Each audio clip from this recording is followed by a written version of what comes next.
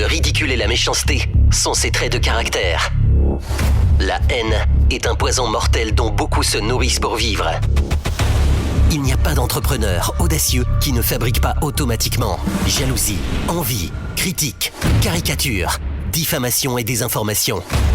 Bienvenue sur Radio Espace Guinée, la radio dont les autres s'inspirent. Radio Espace Guinée. À Conakry, sur 99.7. En région, à Labé, Kakandé, sur 99.7.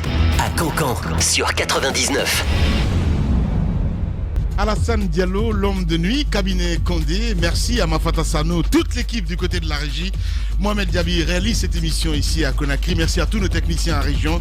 Bienvenue sur Sola Media. Si vous nous regardez également sur Twitter, entre autres sur Facebook, grâce évidemment à Sola Media, vous avez la possibilité de regarder cette émission sur les réseaux sociaux, mesdames et messieurs. Continuez à réagir.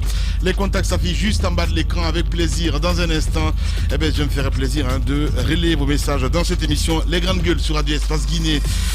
Notre invité se prépare. On parle politique, on parle gouvernance ce matin, les propositions de pacte. Dr Makale Traoré est notre invité ce matin chez les GG sur Radio Espace. Nous partons avec quelques messages que vous avez bien voulu laisser là, évidemment, sur le 657 39 13 13. Bonjour les GG, c'est Sarifou Bobosal. Ce que les gens semblent oublier, c'est la fidélité des militants à Selou. Donc, tous les cadres peuvent aller de l'autre côté. Ça n'impacte pas négativement l'électorat de l'UFDG. Le cas Baouri est illustratif, évidemment. C'est un auditeur qui nous envoie ce message. Lui, il est à Farana. Il nous écoute de ce côté, entre autres. Bonjour les GG, c'est Fodé Sano depuis Farana.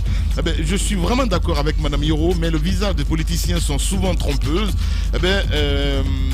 Bonne arrivée à toi, tonton Tamba, à la maison. Bonne journée.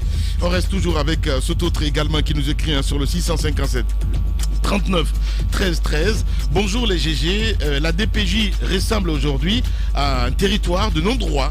Les forces de sécurité prennent des décisions et contre-décisions et c'est juste triste pour mon pays. Excellence Baldé, le Guinéen, qui nous envoie ce message. On reste toujours avec Sototré également qui nous écrit bonjour les GG, c'est Souma Dibril depuis Koyawan qui font. Ce qui se passe dans notre pays aujourd'hui est vraiment extraordinaire. On procède à des arrestations arbitraires à tout moment, comme si nous sommes c'est comme si nous n'étions pas dans un état de droit. C'est très dommage. Un auditeur évidemment qui nous envoie ce message. Bonjour les GG, Alpha Wessou depuis kilomètre 36. Je salue toute l'équipe d'Espace. Je remercie Tamba Zakari pour son retour donc à Conakry. Bienvenue chez nous. Que Dieu bénisse donc la Guinée. Amin. On reste avec cet autre. Un dernier avant de continuer évidemment sur Twitter entre autres. Bonjour les GG. Maki Premier. Moïse, l'UFDG a tout à fait pour défendre Tiangel avec l'implication personnelle de Cellou Dalein Diallo. Lamine, pourquoi vous ne parlez pas de la nomination d'un conseiller à la présidence spécialement pour la Haute-Guinée? Nous ne sommes plus dans un état. C'est Maki Premier qui nous envoie ce message. On bascule maintenant évidemment sur le Twitter évidemment avec ces éditeurs. Ils sont très nombreux à réagir de ce côté. Le temps pour notre réalisateur de nous envoyer évidemment vos propos sur Twitter entre autres. Un arrêt avec l'autre animateur de cette émission, suivez mon regard, le mariage mondial qui se prépare cette semaine. Il faut le rappeler. Afamoussa Makadiabi qui nous écrit évidemment bonjour les GG, bonjour à toute l'équipe. Tamba vient d'arriver, il n'a aucune information sur cette histoire des conteneurs qui circulent depuis 2 ans. Le problème est situé donc entre Alpha Kaba et Iya Cissé. L'épouse de Suleiman Traoré réclame juste ces conteneurs à Iya Cissé, à qui il a confié en Chine pour les envoyer en Guinée. Suleiman et son épouse n'ont rien à voir. Évitez l'amalgame. Le 11 juin, Nakoko. Voilà. Alpha Moussa Makadiabi, toujours original évidemment avec ces messages. Merci à Tiyan qui nous écrit également, le bouillant Tiyan qui nous écrit vivre avec sa famille. Est-ce que les gens savent ce que ça veut dire? Qu'on arrête un peu de tout diaboliser. La politique un jour mais pas pour toujours. Tiyan évidemment, un athéiste qui nous envoie ce message. On reste toujours avec Ousmane Bari qui nous écrit bonjour Lamine, bonjour à toute l'équipe. Tamba est devenu dans le pays d'Yakanké Karamba. Voilà, merci. On entend tout dans cette émission évidemment. Voilà, des expressions tout le temps. Voilà, on va y aller avec vos tweets évidemment que vous avez bien voulu laisser là, avec la complicité de cabinet Oulé Condé ce matin. Merci à vous tous à l'international. On va y aller avec ce premier tweet qui nous parvient à l'instant T sur le 650, non plutôt sur le hashtag Espace GG. Eh bien, le temps que ça s'ouvre parce que là ça rame. Je comprends pas du tout ce qui se passe de ce côté. Voilà, on va y arriver avec toujours les messages sur le 657 39 13 13. Bonjour les GG, c'est Bouba Kamara Soulé m'a enseigné, donc il m'a dit à l'école la meilleure manière d'avancer dans une création est de répondre à la question. Si c'était autrement, l'évolution donc de la mise en scène, alors comprenez son amour pour le mot autrement, il finira par peut-être être d'accord avec Alpha Condé. Voilà, c'est un auditeur qui nous envoie ce message. On y va avec les tweets, cette fois-ci avec Adams Oumar Diallo qui nous écrit: bonjour Lamine, bonjour à toute l'équipe. Nous nous réjouissons de l'arrivée de Suleiman Tianguel. Peu importe le deal avec le docteur ou d'autres, nous sommes très enthousiasmés ce matin. L'exil est très dur. Hashtag Espace GG. On y va avec le pacificateur, cette fois-ci, qui nous écrit également: bonjour les GG. Le vrai problème de la Guinée est notre résignation face à l'injustice et notre promptitude donc à oublier les bourreaux qui ont divisé et dépouillé ce pays. Vouloir un pays qui unit et solidaire dans l'injustice, c'est croire la présence de Satan au paradis. La paix, pacificateur évidemment qui nous envoie ce message. On va rester dans le sillage avec Ibrahim Assori Kouyaté également qui nous écrit sur Twitter: enfin stratège politique qu'il est, Alpha le boulanger va encore rouler ses adversaires dans la farine. Malheureusement, Feu Koula Diallo et sa famille sont les perdants dans cette histoire. Au pays. Hashtag Espace GG. Ça, Khalifa Yombuno également nous écrit sur Twitter: s'opposer n'est autre que proposer. Une opposition sans proposition n'est qu'un mouvement d'humeur. Toute vérité franchit 3 étapes. D'abord, elle est ridiculisée. Ensuite, elle subit une forte opposition. Puis, elle est considérée comme ayant toujours été une évidence. Ça, Khalifa Yombuno. C'est pour ça que j'aime Twitter, parce que là, il y a une forte proposition. C'est juste incroyable, quoi. C'est pas un réseau des commérages, comme Facebook, entre autres. Lancé DG Traoré également, qui nous écrit: bonjour les GG, bonjour à toute l'équipe. Bon retour au pays, cher Tchule Tianguel. Votre arrivée au Bercail, qu'il soit officiel ou un catémini, nous vous souhaitons bien bonne arrivée. Donc il est important que la justice guinéenne joue son rôle comme il le faut. C'est un auditeur qui nous envoie ce message. Youssef Kaba du côté de PEDN également qui nous écrit ce matin: on ne peut pas saluer ce retour de Tianguel. Néanmoins, je ne serais pas point surpris de son ralliement donc au pouvoir. Il ne serait jamais rentré s'il n'avait pas obtenu des garanties du PRAC, donc du président Alpha Condé, il veut dire du professeur Alpha Condé, et le meurtre de Koula au siège de l'UFDG reste une épine dans le pied de ce parti. Hashtag Espace GG.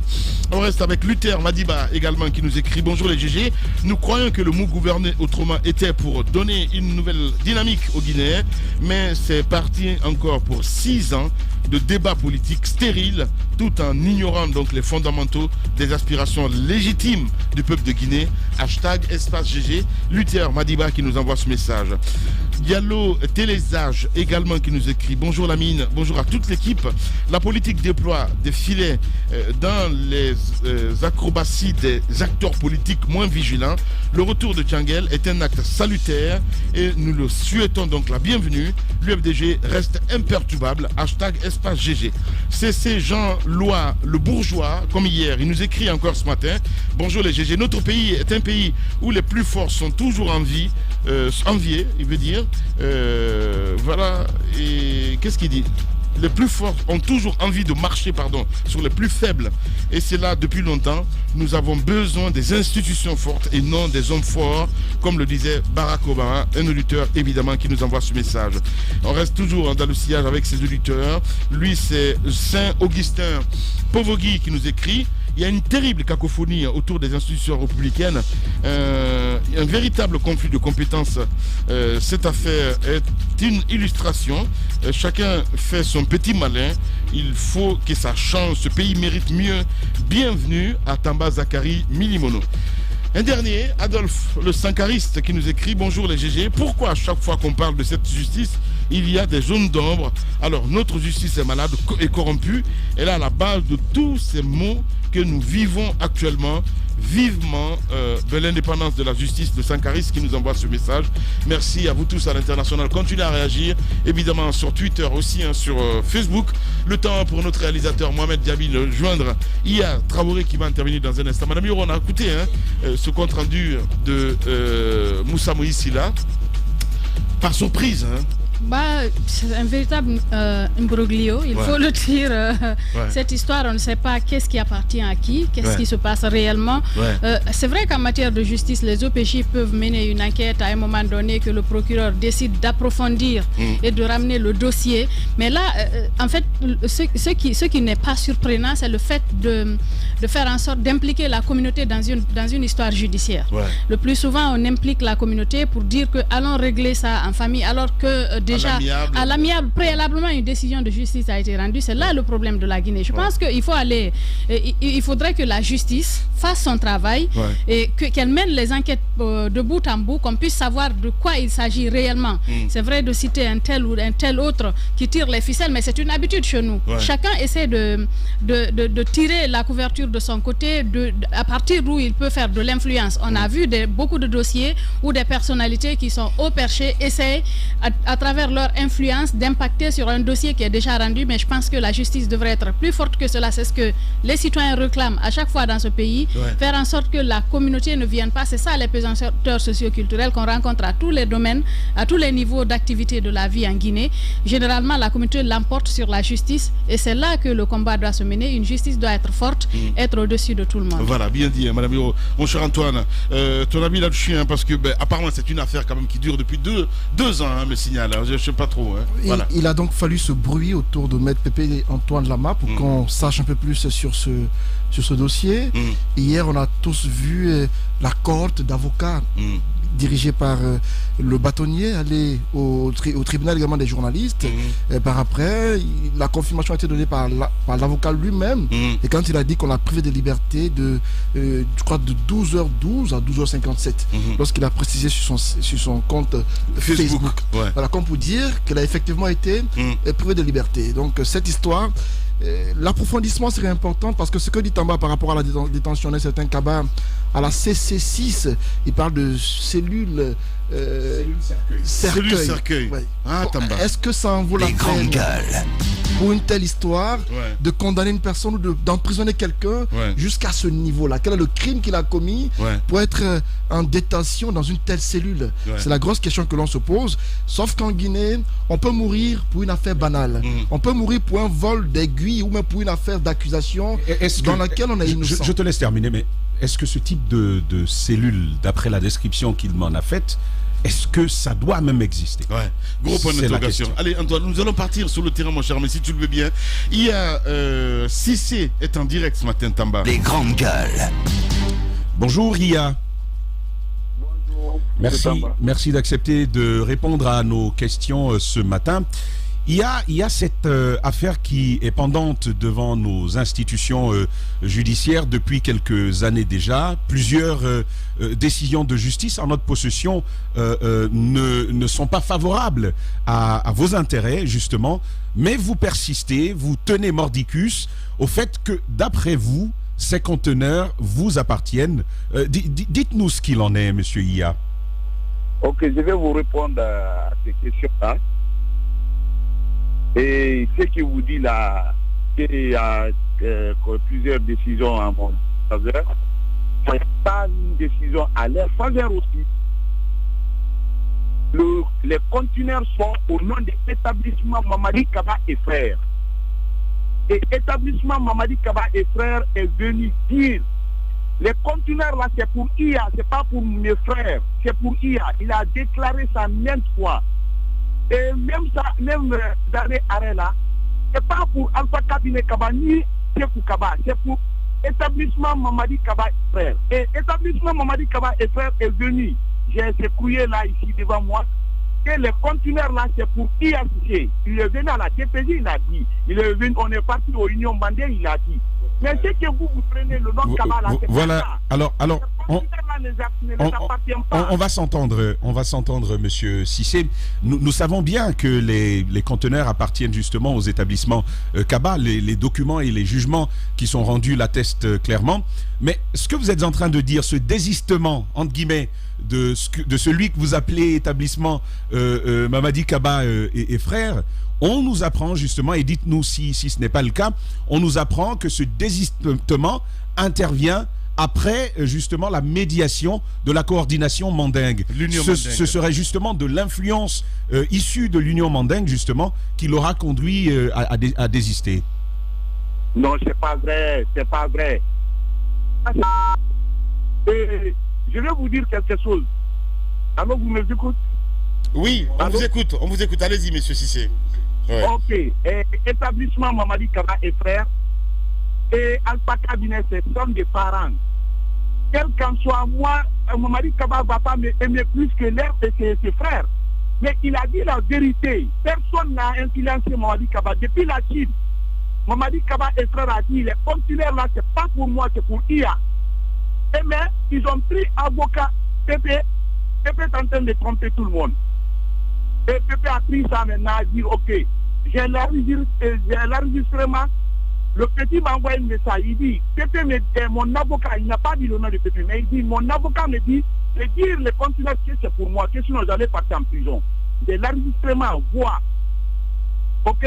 Maintenant, là où il s'est déflé l'établissement Mamadi Kaba et frères, l'établissement Mamadi Kaba et frères n'est pas Chekou Kaba ni Alpha Cabinet Kaba. On ne peut pas dire que moi je suis cité, j'ai un frère qui est cité, j'ai mes défis dans son truc, non, c'est impossible. Voilà. L'établissement Mamadi Kaba et frères est venu devant la DPJ, devant la justice, que les conteneurs c'est pour IA. Mais qu'est-ce qu'il fait encore? Bien. Jusqu'à présent, oui. Allez, on a compris, hein, monsieur Cissé. Vous ne quittez pas. Allez-y, mon cher Jacques. Oui, décidément, vous avez beaucoup d'enregistrements parce qu'il y a un autre enregistrement dans lequel on entend ce Kaba dire c'est parce qu'il ne veut pas de problème, c'est pourquoi il s'exprime ainsi. Non. Je vais vous dire ça. Oui. Lorsqu'on est pendant... Non, attends, monsieur, je vais vous expliquer ça. Lorsqu'on était devant la deuxième chambre de contrôle chez Mme Irène à la cour d'appel, on avait dit d'envoyer nous des preuves. En ce temps, le problème a été commencé depuis 2020. Maintenant, l'enregistrement là, c'est tout dernièrement là. Ils ont fait ça, ils ont parti réunion de famille. Il dit non, moi, en bon malinqué, il dit moi, n'était ça voilà, quand on compte ça, les conteneurs dit, alors faut pas le temps, à dire un ton. C'est comme ça il a dit. J'ai dit moi, je suis malinqué. J'ai entendu. Mais ça aussi, après, Kaba a dit encore, ok, l'enregistrement là, ça a été fait quand? Et pour quand? Depuis quand on a fait l'enregistrement là? L'enregistrement là a été fait tout récemment. Moi, j'ai l'enregistrement normal depuis 2020. Mais mon frère, je vais vous dire la vérité, les conteneurs là, c'est pour moi. Et les gens là, c'est dire que l'établissement Mamadi Kaba et frères. Je ne disconviens pas. On a donné les conteneurs à l'établissement Mamadi Kaba et frères. Et l'établissement Mamadi Kaba et frères a dit que les conteneurs c'est pour moi. Mais qu'est-ce qu'il les prouve maintenant? Il ne veut pas me donner mes marchandises. Pourquoi?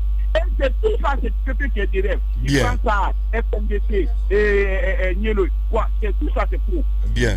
Et c'est que le gars là est en train de faire dans ce pays-là, on va demander, tout le monde va connaître ce qu'il est en train de faire. Bien. Ça, c'est pas normal dans un pays de droit. Bien. Sur notre plein droit. Allez-y, Antoine. Oui, à vous entendre, monsieur Cissé, j'ai l'impression que vous accusez Maître Pépé Antoine d'être derrière tout ce qui se passe. Dites-nous clairement, oui. Il faut qu'on s'écoute. Monsieur Cissé, c'est nous qui posons la question ici, vous écoutez d'abord. Dites-nous clairement, qu'est-ce que vous reprochez à Maître Pépé Antoine Lama? Qu'est-ce qu'il a fait d'anormal et qui fait que le dossier continue d'être tiré de long en large? Ok. Tout ce que Mamadi Kaba, on lui demande, il dit c'est mon avocat qui me dit de faire ça. C'est mon avocat qui me dit de faire ça. On demande maintenant à Maître Pépé. Maître Pépé, dans ce dossier-là, tu es comme quoi dans ce dossier-là? Il dit je suis l'avocat de Mamadi établissement. Il y a des arènes, Maître Pépé dit que que l'établissement Mamadi Kaba et frères, leur siège se trouve à Kaloum. Alors que c'est pour aussi à Madina.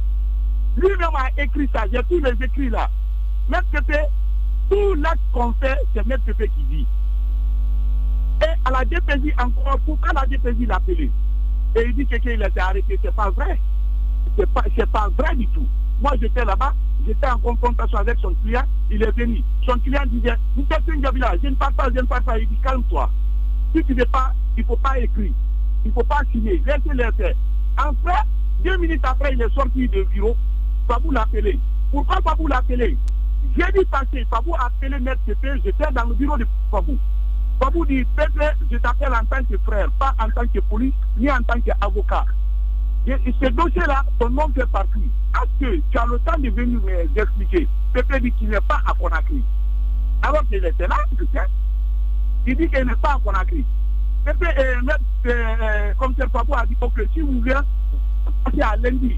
Lundi, il est venu. Là, il est venu, Fabou l'a dit, il dit, ok.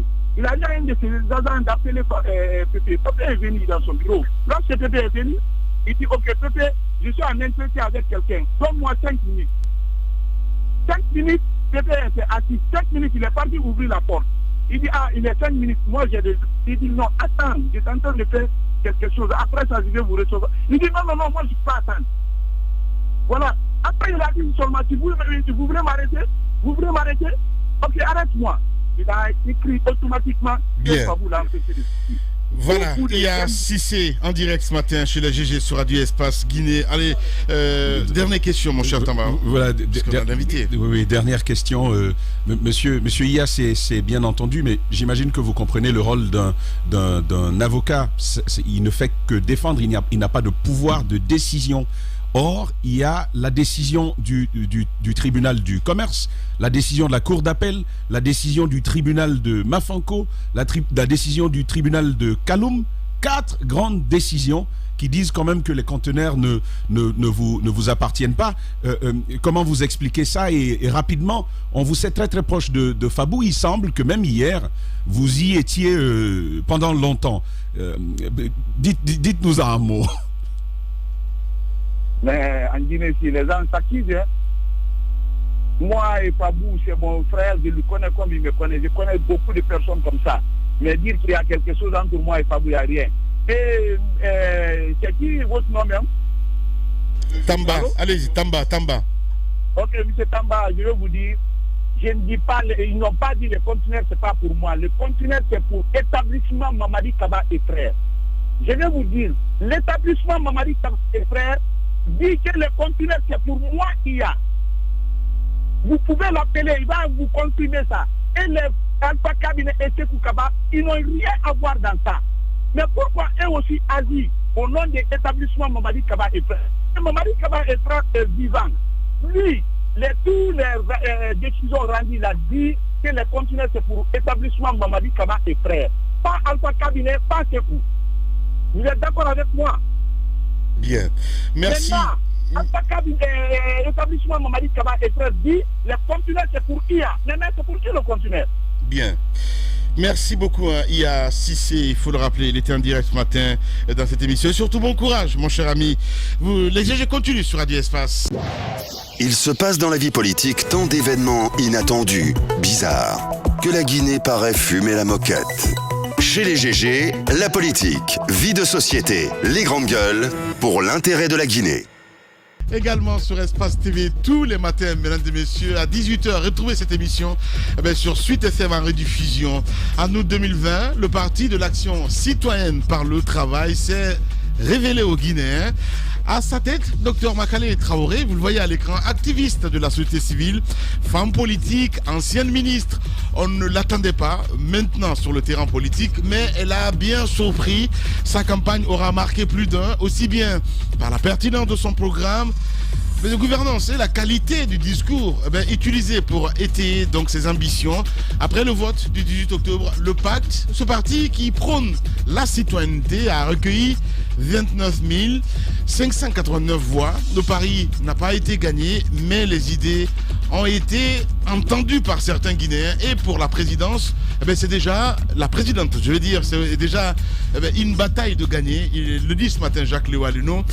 Comment envisage-t-elle la gouvernance des prochaines années en Guinée? Quel choix économique pour sortir le pays de la précarité?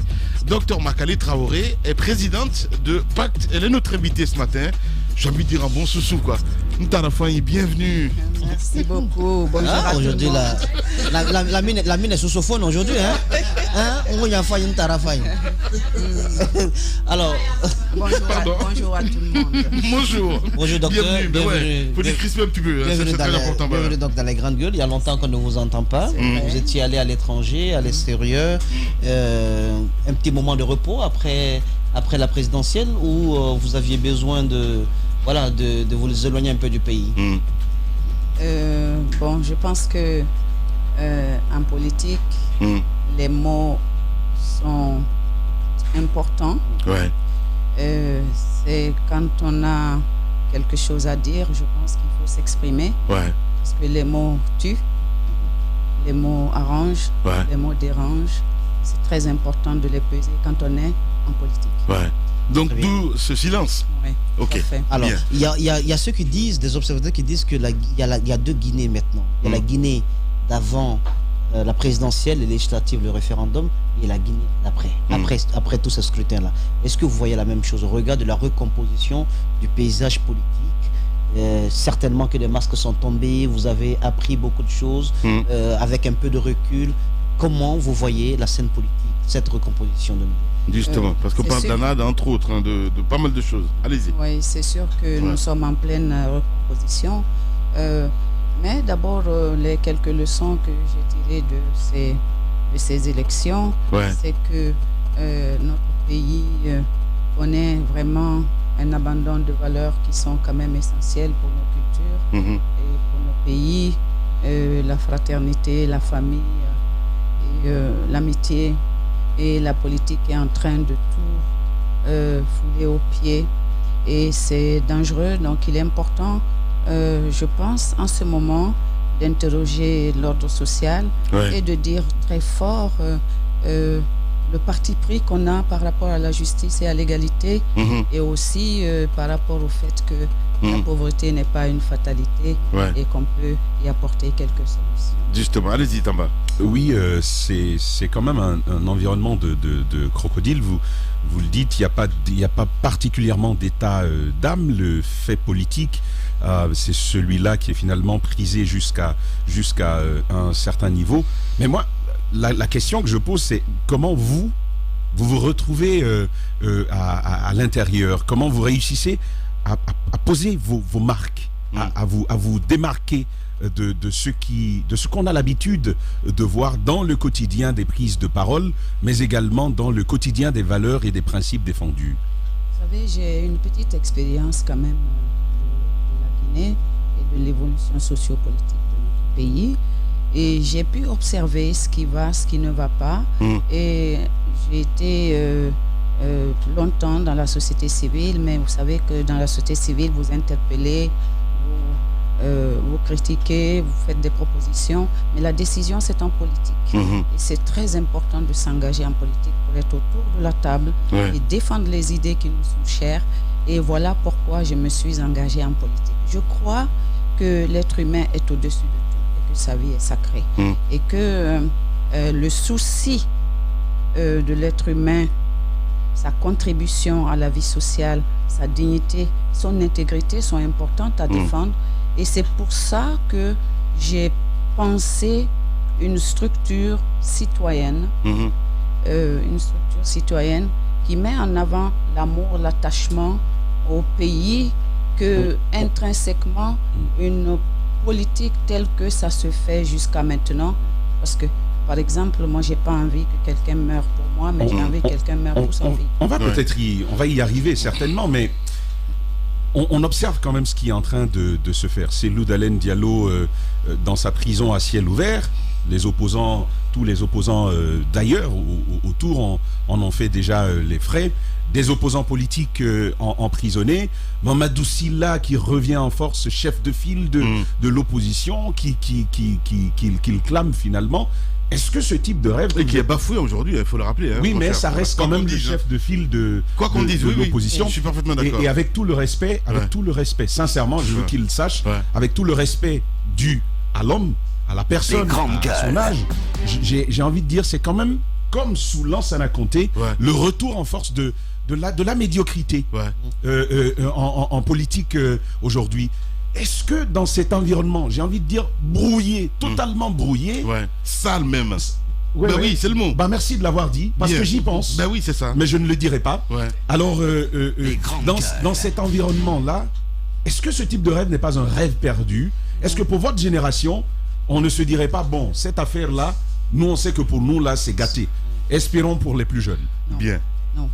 Je pense que dans la vie, il faut porter des enjeux.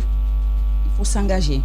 Et moi, en travaillant sur le pacte, le Parti de l'Action citoyenne par le travail, nous avons réfléchi à tous ces aspects. Et d'ailleurs, dès après, pendant les élections, vous avez vu les propositions que nous avons faites aux Guinéens. Et dès après ces élections, nous avons commencé à travailler sur quelque chose qui nous manque et que nous devons absolument conquérir, c'est la citoyenneté. Vous savez, quelles que soient les lois de votre pays, si vos populations ne comprennent pas, la situation est difficile. Et donc, nous avons à éduquer nos populations à la citoyenneté au-delà de l'ethnie.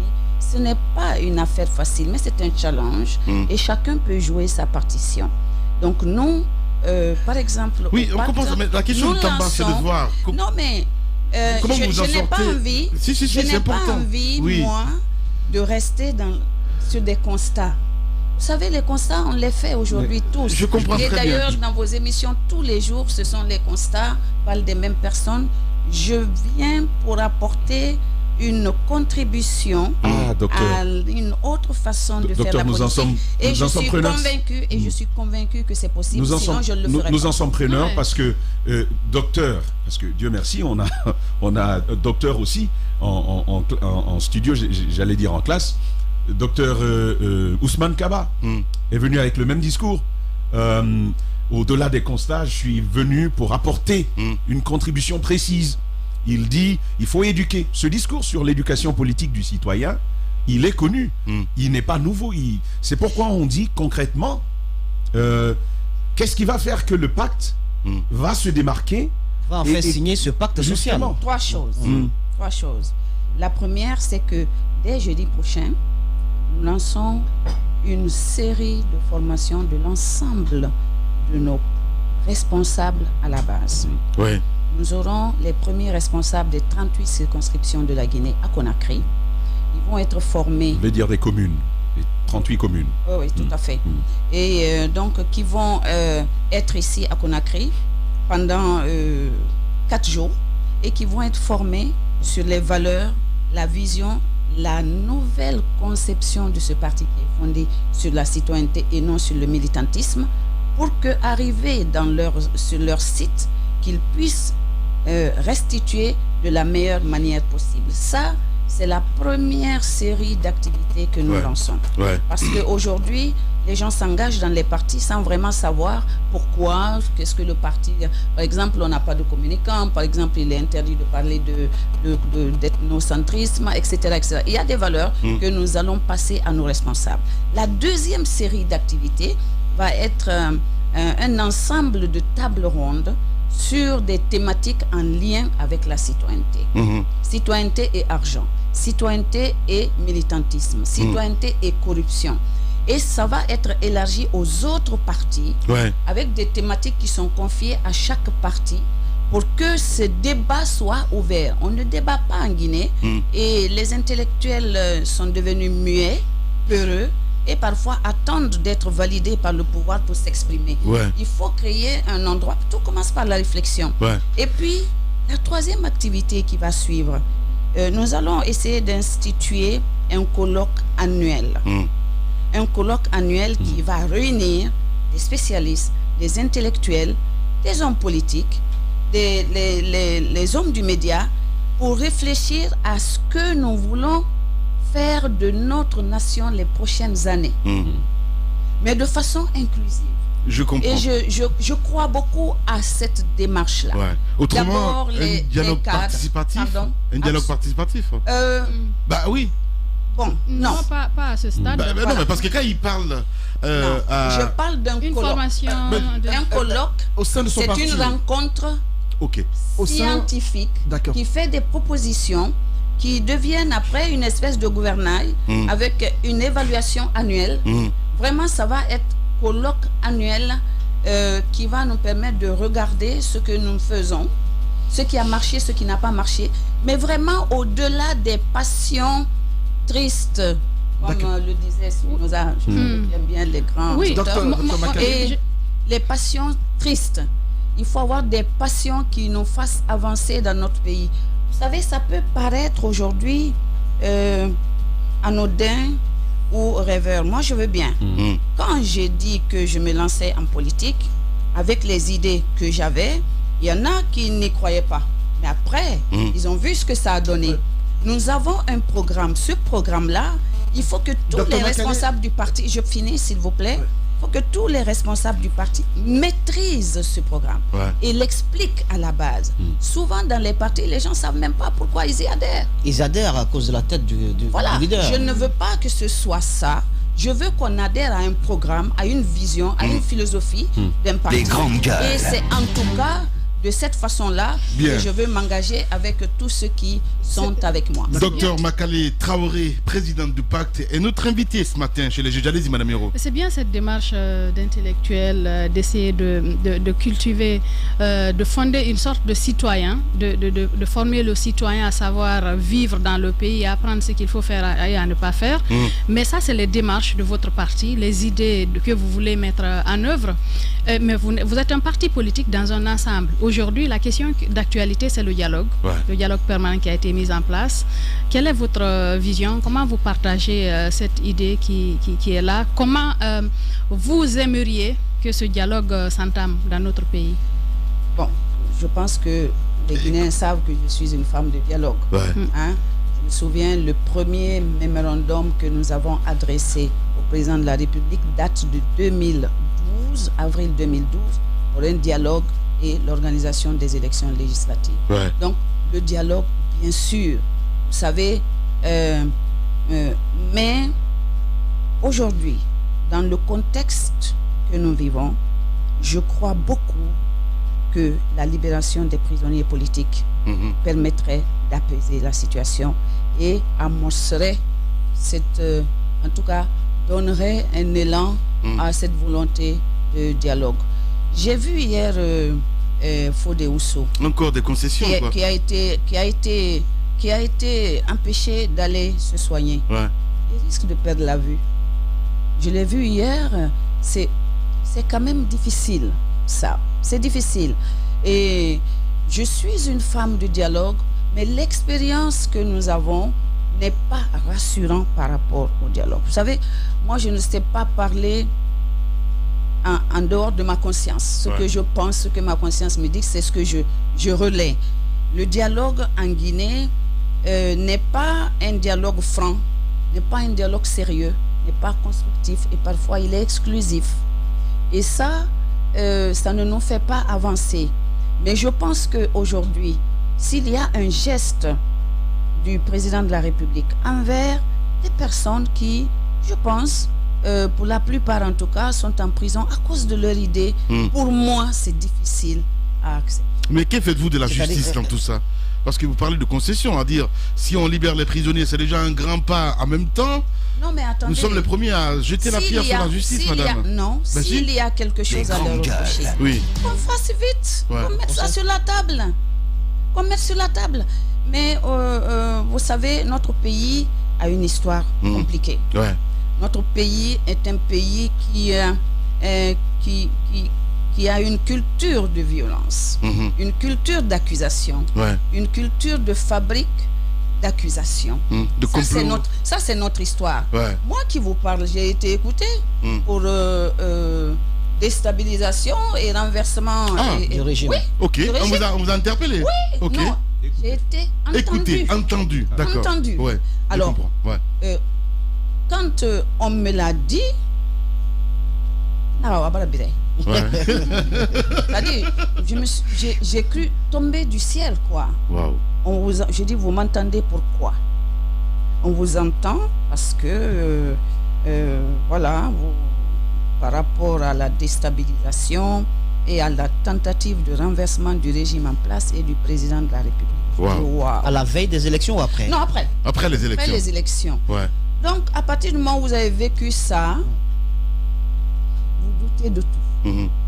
Ça, c'est du vécu. Et le professeur Alpha Condé a vécu pareil. Vous savez, en 98, il a été arrêté. Et je me souviens déjà, en 98, on ne me connaissait pas là, mais dans les universités ou dans le milieu du privé. Et ATT est arrivé ici, il organisait une conférence à Malero Palace. Et tout le Gotha guinéen était là. Je suis arrivé, j'ai levé le doigt au fond. Ah, il me dit, il y a une femme au fond qui lève le doigt. Je l'ai interpellée. J'ai dit, vous êtes un frère d'armes du président Lansana Conté. Ne pouvez-vous pas intercéder auprès de lui pour qu'il élargisse le professeur Alpha Condé? Ça sera un grand geste d'apaisement social. À l'époque, ce pays était chaud. Et je ne connaissais Alpha ni d'Ève ni d'Adam. Mais j'ai vu à la télé ce qu'on avait exposé comme motif d'arrestation. J'ai trouvé que c'était léger. Et je suis réfractaire à l'injustice. Et ces pratiques-là continuent parce que le système est toujours là. Ouais. Naturellement, on avait espoir que cela allait changer. Mais je crains que ça ne s'empire. Donc, de la même façon que j'ai demandé hier que vraiment il soit élargi, de la même façon, aujourd'hui, je demande vraiment, si justice il y a, qu'on rende justice. Justement, Madame la Présidente, on va revenir sur cette audition, parce que c'est important. Hein. Beaucoup de personnes vous écoutent en ce moment. Quand vous dites, vous avez été auditionné, on vous dit, tentative de coup d'État, assassinat, enfin bref, mouvement subversif. Parce que ça m'a tellement traumatisé. Déstabilisation et tentative de renversement du régime en place et de l'actuel président de la République. Je dis, moi, Makale Traoré, on dit oui. Est-ce qu'ils ont brandi des éléments, des approches, des fréquentations que vous avez eues, des coups de fil que vous avez passés? Ça s'est passé comment? C'est chez vous, on est venu vous trouver ou bien on vous a interpellé? Non, on ne m'a pas appelé à la DPJ, mais l'équipe de la commission rogatoire est venue m'interroger à mon bureau, à Dixine. Alors, quels sont les éléments qu'ils ont pu brandir? Quelques pistes? On m'a posé des questions classiques, quoi. Qui vous fréquentez, qui vous voyez? Qui vous fréquentez? Est-ce que vous avez une... Toi, ta question que tu m'as posée ici. Peut-être qu'il fait partie de cette commission. Ta question. Quand je sortais de là, tu me dis, alors, docteur, si le président Selou demande de le rejoindre au second tour, vous acceptez? Je dis oui, parce que Selou était guinéen. Pour moi, je veux dire... C'est pas un extraterrestre. Si j'ai des idées communes avec lui, why not? Pourquoi maintenant pas? Donc, je crois que Moussa, c'est toi qui m'as créé. Docteur, parce qu'après, on m'a demandé quelle alliance. J'ai dit non, moi je suis dans aucune alliance. Et il y en a aussi qui ont... Il faut que notre pays change. Vous savez, on a eu une conférence de presse de tous les candidats à mon siège. Et moi, je recevais, et celle était à côté de moi. Et par hasard, par pur hasard, j'étais en vert et celle était en blanc. Mais vous savez que cette image, les gens ont pensé que ça y est, une interprétation. C'est-à-dire, on est tous traumatisés. Les Guinéens, on est tous traumatisés. Et Moussa Yoro ne minimise pas ce travail qu'on est en train de faire. Il faut qu'il commence. Il faut qu'il commence. Le travail sur la citoyenneté est galvaudé un peu jusqu'à maintenant. Mais il faut qu'on aille à la base et qu'on explique aux populations. Bien. Très important. Allez-y, mon cher Antoine. Oui, Madame Makale, vous me tendez la perche par rapport à la question toujours liée aux élections présidentielles. On sait qu'à ce jour, beaucoup de leaders politiques sont empêchés de quitter le pays, qui ont pris part aux élections. Récemment, la justice a dit que la liste est étendue. Est-ce qu'on vous a empêché à un moment donné de quitter le territoire national? Si oui, Pourquoi? Et votre avis sur cette décision qui empêche des acteurs politiques de quitter le territoire national? Bon, en ce qui me concerne, j'ai été entendu par la commission. C'est après ça que j'ai voyagé. Donc je pense que je suis libre maintenant de monter et de descendre, mais j'ai quand même posé la question si tous les candidats avaient été entendus. On m'a dit non, c'est certains candidats qui ont été entendus. Bon, donc je faisais partie des candidats qu'il fallait entendre. Sur la question de la justice, franchement, il faut que notre pays bouge. Vous savez, nous avons un pays en désordre. Les grandes gueules. Il faut qu'on en prenne conscience parce que personne ne viendra faire à notre place. Il faut qu'on en prenne conscience. Et aujourd'hui, nos différences ne doivent pas justifier l'inégalité entre nous. Et c'est ce qui se passe, même au niveau de la justice. Vous en avez? Parce que la question, je la pose, c'est par rapport à des règlements de compte dont certains parlent. Je sais que votre époux a été débarqué de son poste lorsqu'Alpha Condé a eu son mandat pour la 4e fois. Troisième fois. Pardon. C'est le premier acte qu'il a pris. C'est ma langue qui a trompé mon esprit. Le premier acte de la 4e République. Voilà. Votre mari a été débarqué de son poste. Le premier décret de la 3e République. Dites-nous de la 4e. Pardon. Le premier décret de la 4e République, c'est votre mari qui en a fait les frais. Et l'UFDG aujourd'hui subit certains courroux du pouvoir. Est-ce que vous pensez qu'au sorti des élections, des candidats ont été ciblés pour des règlements de compte éventuels? Est-ce que vous y avez pensé un tout petit peu? Règlement de compte, bon, je ne sais pas. Moi, j'ai été entendu. Je n'ai pas posé de questions aux autres, donc je ne peux pas me prononcer là-dessus. Et moi, j'ai été entendu. Et après qu'on m'ait entendu, j'ai voyagé avec mon mari sans problème. C'était stressant, hein? Voilà. Oui, bien sûr. Quand vous savez, quand on dit ça, j'ai écrit, parce que j'ai fait répéter, parce que je me dis ça, c'est une citation d'anthologie. Alors aujourd'hui, docteur. Elle n'a pas répondu à la question d'Antoine. Le fait que votre mari a été débarqué, est-ce que vous pensez qu'il y a un lien? Ah non, mais j'avais pas compris alors dans ce sens. Mais bien sûr, mais attends, il faut être dupe quand même. Vous savez, un décret qui tombe entre les résultats et l'investiture, je l'ai d'ailleurs dit sur les ondes, que ce décret, il était illégal dans sa forme et dans son fond. Et il aurait pu être attaqué. Dans sa forme, on nomme une personne sans citer le nom de la personne qu'on remplace. Légalement, c'est pas bon dans la forme. Et comme le fond l'emporte, la forme l'emporte le fond, sur le fond, à partir de là déjà le décret tombe. Deuxièmement, avant l'investiture, il n'y a pas de décret. Mais c'était tellement urgent, c'est pour ça je dis que un moment, je me suis demandé si je ne suis pas une espèce d'obsession pour le président de la République, parce que ça fait quand même 10 ans que ça dure. Mais ce qui est sûr, c'est que je suis là, je suis encore là, et je continuerai à me battre pour mon pays. Et mon mari se porte très bien.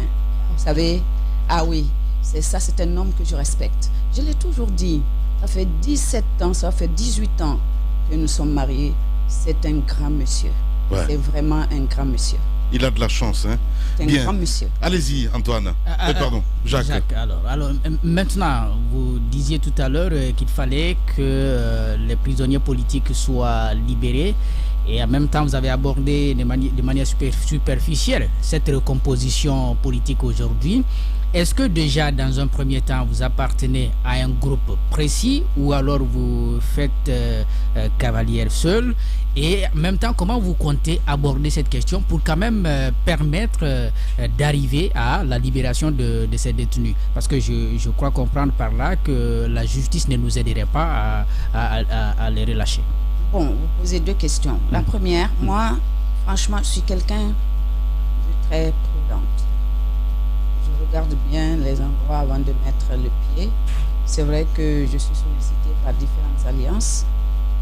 Je vais regarder parce que j'ai une vision et j'ai des idées, forces qui me guident.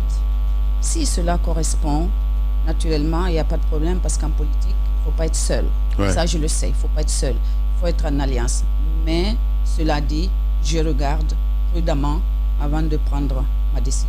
Pour le moment, je suis seul. Alors, c'est vous qui regardez ou est-ce qu'il y aura une consultation interne à votre parti politique pour pouvoir décider? Parce que j'entends quand même beaucoup de jeux pour une telle décision. Non, les cadres sont en train de travailler sur tous les documents. D'accord. Ouais, depuis la semaine dernière. Allez-y. 2 questions, je vais en placer 2. Non, je suis très équipée. Bien. Non, c'est bien. Parce qu'il voit un petit peu le nombrilisme partout, mon cher Tamba. Elle n'est pas alpha quand même. Allez-y, mon cher Moussa. Allez-y. La deuxième, c'est... Oui, bien sûr, c'était par rapport aux prisonniers. Quelle démarche aujourd'hui vous comptez entreprendre pour arriver à l'objectif qui est visé? Auprès de qui? Auprès du pouvoir. Mais je suis en train de le faire. Voilà. Alors, docteur, je suis en train de le faire. Il vous croit pas en fait. Aujourd'hui, c'est que le plaidoyer. Je crois que c'est ce que tout le monde fait depuis, ça n'aboutit pas. Mais alors, même vous le faites. Est-ce que vous dites finalement on est impuissant, on laisse tomber au président de décider quand il va le vouloir, il le libère? Je ne sais pas. C'est pas sincère ce que vous dites, hein? Non, je ne sais pas. Vous ne savez pas? Non, je ne sais pas. Moi, ce que je peux, c'est de plaider, c'est d'interpeller, c'est de dire que c'est pas bon, il faut juger les gens, s'ils sont à juger, s'ils ne sont pas jugés, il faut les libérer, etc. C'est ce que je peux. Bien. Mais vous voulez que je fasse quoi? Je ne suis pas la justice, je ne suis pas le président de la République. En tout cas, au risque de vous retrouver avec eux. Alors, moi, je trouve... deux questions, Lamine. La première, c'est que lorsque le décret est tombé, c'était tellement urgent, il y a certains classiques du régime qui ont dit, c'est bien fait parce que le monsieur, il appartient à la galaxie présidentielle de la mouvance et il s'est permis d'accompagner madame, lui qui aurait dû arborer le foulard jaune comme nous autres, s'est permis d'accompagner sa femme pour aller voter et tout cela. Ils disent que c'est une faute politique qu'il a commise. Est-ce que vous voyez cela comme ça? Pendant que les autres étaient en campagne, ils arboraient le jaune, la couleur jaune. La deuxième question, c'est vous entendre sur la situation économique du pays. Voyez-vous, on dit que notre taux de croissance se porte bien, contrairement à certains pays de la sous-région. Mais comment vous voyez la distribution de tout cela au regard de la situation socio-économique du pays? Bon, je n'étais pas tellement venu aujourd'hui pour les constats, parce qu'on le fait tous les jours. Moi, je suis réfractaire à la macroéconomique, je le dis à tout le monde. Moi, je suis pour la microéconomique. Je suis une femme. PME, oui. Je vois le panier de la ménagère. Je vois que le kilo de viande coûte 80 000 aujourd'hui. Ça, Euro le sait. Et que le piment se vend par unité. Le gombo par unité. Ouais. C'est quand même... Le gombo, c'est 1000 francs, 1500. C'est quand même important que quand on prend des décisions au niveau politique, puisque la politique, elle est faite pour servir les populations, d'y réfléchir par deux fois. J'ai salué naturellement le fait qu'on n'ait pas augmenté le prix du carburant. Ça, vraiment, la personne qui a pu persuader le président de ne pas le faire, c'est vraiment un de ses meilleurs amis. Donc ça, c'est ce que je peux répondre. Moi, la macroéconomie, elle sert à expliquer certaines visions, une certaine vision internationale de l'économie. Mais les choses ont évolué. Nos pays ont leurs spécificités. Nous avons nos problèmes. Il faut que... On a quand même, vous comprenez quand même la nécessité d'y aller parce que la microéconomie s'y insère et elle est même conditionnée par le contexte mondial. On l'a vu avec les crises. Il faut bien conceptualiser ce que nous voulons faire chez nous. C'est très important. Et aller avec ça sur le plateau et discuter. Et pas l'inverse. Oui, et pas l'inverse. Je suis bien d'accord, mais comment, pour ce qui concerne comment mon justement mari, pour votre parti, sur cette question économique, vu que c'est de cela que vous souhaiteriez parler, à mon avis, vous n'allez pas construire une politique économique intérieure sans prendre en compte les contingences internationales. Comment tiendra-t-elle si ces questions internationales ne sont pas prises en premier? Pendant les élections, j'ai bâti mon programme présidentiel sur le budget. Parce qu'il faut d'abord compter sur ses moyens. Celui qui vous donne, la main qui vous donne, elle est au-dessus. Et celle qui reçoit est en dessous. Moi, l'aide, quand on l'analyse, l'aide, d'une certaine façon, me fait peur. Hein? Je préfère aller par petits pas sûrs que de me couvrir d'aide qui est détournée le lendemain. Mon avis, c'est que je ne parle pas d'aide. Non, mais ça fait partie parce que les leviers, du système international. Les leviers, je suis bien d'accord, mais les leviers les plus importants aujourd'hui de notre économie, ce sont les mines qui sont conditionnées par le marché international. Ce sont nos transactions, notamment portuaires, qui s'ouvrent au monde entier. Il fallait pas faire des mines une priorité. Dans mon programme, je le dis d'ailleurs, que si j'avais été élu, il y aurait une trêve des contrats miniers, le temps qu'on regarde dedans ce qui se passe. Et aujourd'hui, mon inquiétude, c'est qu'on commence à parler de pétrole. Et c'est vrai que ces ressources-là n'ont pas toujours apporté la gaieté au pays. Voilà. Il faut faire très, très attention. Nous sommes un pays agricole. C'est là-dessus qu'il aurait fallu mettre vraiment l'accent. Pour revenir à la question de votre époux, à la question de mon époux, qu'est-ce que tu aurais fait, toi, Moussa? Est-ce qu'il est concevable qu'une femme soit candidate au présidentiel et qu'elle ne soit pas accompagnée par son époux? Ousmane Ba n'a pas accompagné Makali Camara aux élections. D'abord, j'en ai parlé avec lui. Longtemps avant. Nous l'avons préparé ensemble. C'est un homme qui assume, qui a assumé. Je veux dire que la question, elle est derrière nous. Hein? Il a accompagné en sachant peut-être très bien ce qui aurait pu se faire. Et vous savez, c'est quelqu'un qui sait très bien ce qu'il fait. Et il n'a aucun regret de l'avoir fait. Est-ce que vous avez un regret, vous parce que vous, ce n'est pas une question de famille comme la politique. C'est important. C'est pas une question de famille, on parle de question de famille. Est-ce que vous-même, intérieurement, madame, je vous connais, docteur, vous pouvez dire, ah, j'ai mis mon mari au chômage. Non. Alors, est-ce que vous reprochez cela? Non, on l'a tout décidé ensemble. Non, on n'a pas de regret. En dépit des risques que vous prenez, parce que vous le saviez. On n'a pas de regret. Il n'est pas au chômage? Vous savez, hein, quand on a des compétences... Moi, je ne suis pas avec le président depuis 10 ans. Quand on a des compétences, c'est rare, on ne chôme pas. Voilà, c'est bien dit. Docteur Makali Traoré était notre invité ce matin. Merci beaucoup en tout cas d'être passé chez les GG. En espérant vous voir évidemment en super forme la prochaine fois. Parce que ce matin, c'était pas vraiment la forme. Non, il ne s'est pas bien réveillé. Le café, elle ne l'a pas bu. Elle n'a pas bu le café et puis 2 morceaux de sucre. Parce que c'est de couleur Moussa Moïse tout simplement. Oui, c'est vrai. Voilà. Allez.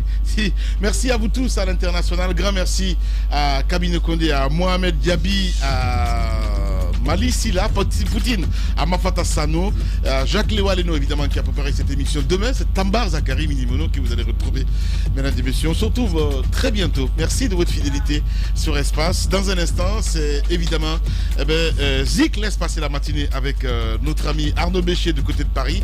Et puis sur Espace TV, les infos reviennent avec Aïssa Toussané. Bien. Prenez soin de vous. À la prochaine. Au revoir.